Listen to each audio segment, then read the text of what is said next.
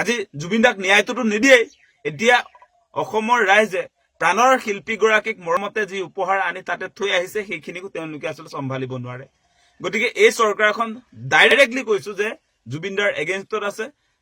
মানে সঁচা সঁচিকে আজি বহুত বেছি দুখ লাগিছে আচলতে যে ছমাহ উকলি গৈছে। ছমাহ উকলি যোৱাৰ পাছতো জুবিন ক্ষেত্ৰত যি ধৰণে আচলতে প্ৰয়োজনীয় ব্যৱস্থাপনা চৰকাৰীভাৱে হ'ব লাগিছিলে সেয়া একো নকৰিলে।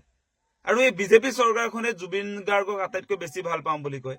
আজি বিজেপিত থকা মানুহবিলাক আচল অনুৰাগী বুলি কয়, বাকী অসমৰ ৰাইজ নকল সেই কথাও কৈ থাকে।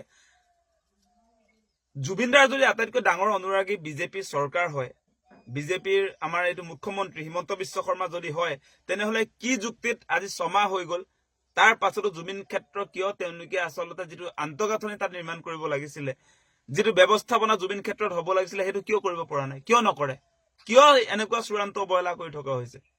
আমি সেই প্ৰশ্নবিলাক উত্থাপন কৰিছো। এনে মুখেদি বহুত ডাঙৰ ডাঙৰ কথা কৈ থাকিলে নহব। অসমৰ ৰাইজে বাৰম্বাৰ প্ৰতিবাদ কৰি আছে যে জুবিন ক্ষেত্ৰক লৈ আচলতে চৰম অন্যায় কৰি থকা আমি দেখি আছো।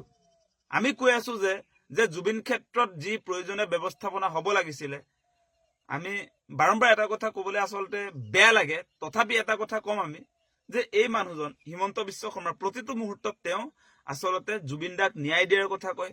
তেওঁ জুবিন দাক আটাইতকৈ তেওঁলোকে সন্মান কৰে বুলি কয়। জুবিন দাক শান্তি দিয়ে, তেওঁলোকে বেলেগে অশান্তি কৰে, সেই কথাবিলাক কয়। আজি চাওক কোনে অশান্তি দিলে জুবিন দাক, সেই কথাটো আপোনালোকে নিশ্চয় মনত পেলাওক। সেই জীয়াই থকা অৱস্থাটো জুবিন দাক এই বিজেপি চৰকাৰে শান্তিত থাকিবলৈ দিয়া নাছিলে। এতিয়া মৃত্যুৰ পাছত আপোনালোকে চাওক জুবিন ক্ষেত্ৰ কেনেকে আচলতে তেওঁলোকে কেনেকে পেলাই ৰাখিছে, সেই কথাটো আপোনালোকে উপলব্ধি কৰক।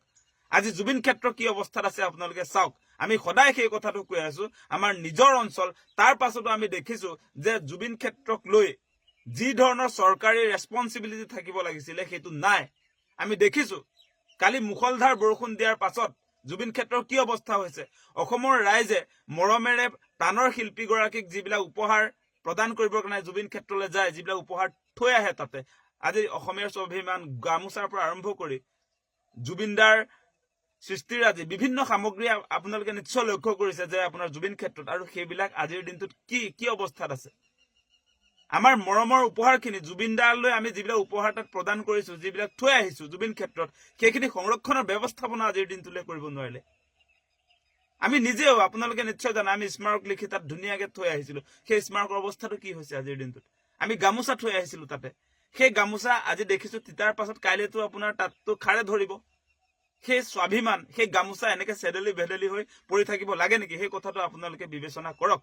গতিকে এই হিমন্ত বিশ্ব শৰ্মা চৰকাৰখন আচলতে জুবিনদাৰ এগেইনষ্টত আছে। সেই কথাটো আমি বাৰম্বাৰ কৈ আছো যে তেওঁলোকে কোনো কাৰণতে জুবিনদাৰ পক্ষত নাই, জুবিনদাৰ ন্যায়ৰ পক্ষত নাই। সেইকাৰণে জুবিন ক্ষেত্ৰ এনেকে আচলতে পেলাই থৈছে।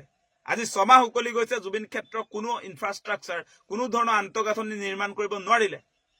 আজি সেই অন্ত্যেষ্টিক্ৰিয়া যিদিনা আচলতে দিয়া হৈছিলে, সেইদিনা যিখিনি তাত ত্ৰিপাল তৰি দিয়া হৈছিলে, সেই ত্ৰিপাল আজি উৱলি গৈছে। আপোনালোকে নিশ্চয় লক্ষ্য কৰিছে ত্ৰিপাল ফাটি যোৱাৰ ফলস্বৰূপে তাত আচল বৰষুণৰ টোপাল পৰি আজি আপোনাৰ জুবিন ক্ষেত্ৰত যি উপহাৰ আছে সেই সকলো উপহাৰ আচলতে পানীত তিতি এতিয়া অৱস্থা নাইকিয়া হৈছে। কাইলৈ গোটেইবিলাক খেলাই ধৰিব। তাত আপোনাৰ আমি কৈছো আপোনালোকে দেখিবলৈ পাব যিবিলাক সামগ্ৰী আছে, যি গামোচা আছে, তাত খাৰে ধৰিবনে নাই আপোনালোকে চাব।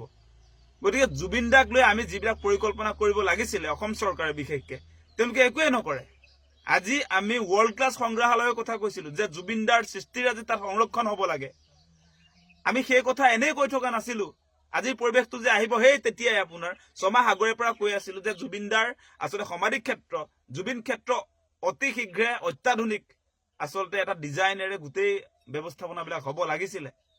আজি একো নহলে, তাত ফিল্ম চিটিটোৰ বহুত দূৰৰ কথা। এতিয়া আপোনাৰ সেই বাউণ্ডেৰী ৱালো মাৰিব পৰা নাই। মানে এনেকৈ আমাৰ যুগৰ আটাইতকৈ আচলতে ডাঙৰ শিল্পীগৰাকীৰ ক্ষেত্ৰত কিয় অন্যায় কৰি থকা হৈছে।